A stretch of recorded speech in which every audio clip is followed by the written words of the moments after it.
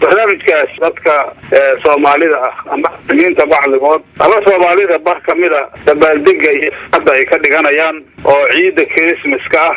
ama maaragtay sanadka cusuba shaygaas waa shay xaraama waa shay qofka muslimka aan u banaanayn marka dadka Soomaaliyeed arrintaas iska ilaalishaano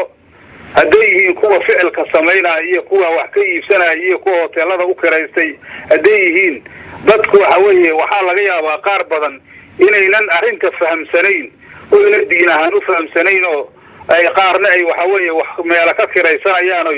wax ka qaadanayaan kuwana ay iska leeyihiin waxba dhibiyata malaha diinta islaamka arrintaas xaraamay ku tahay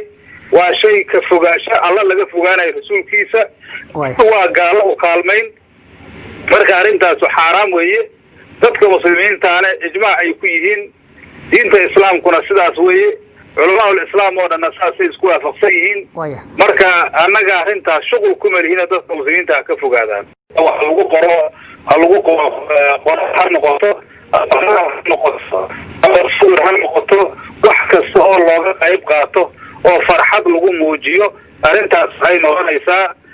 in maalinta qiyaamo dadkaas ilaahay qoladaas uu micigooda soo bixi doono khasaarana ay la kulmi doonaan islaamnimadii taas noqon mayso waxa weeye islaamnimadii oo ilaahay lagu been abuuranayo weeye marka taas kulli waxa soo dhan isku mid waay fanaanka lama diidana hadoo maaragtay waxyaabaha khayrka uu ka hadlaayo sidii saxaabadii raggi maaragtay ashcaarta tiri jiray oo nabiga amaani jiray oo gaalada caayi jiray oo nabigu calayhi uhjul mushrikiin oo dhigta gaalada caaya oo qaabkaas u shaqay jiray oo gabyi jiray taas waxa weeye waa mid ay ogosay shariicadu laakiin qaabkan kale oo maaragtay baadilka oo macaasida waxa weeye dadka fanaaniinta isku sheegay arrintaas ka fogaadaano hadday ilaahay subxaanahu wa ta'aala intiisa ka leeyihiin ilaahay soo hanuunsho waana islaamida ay dadku waxay noqonayaan horkacayo ku boorinaya dadku inay maaragtay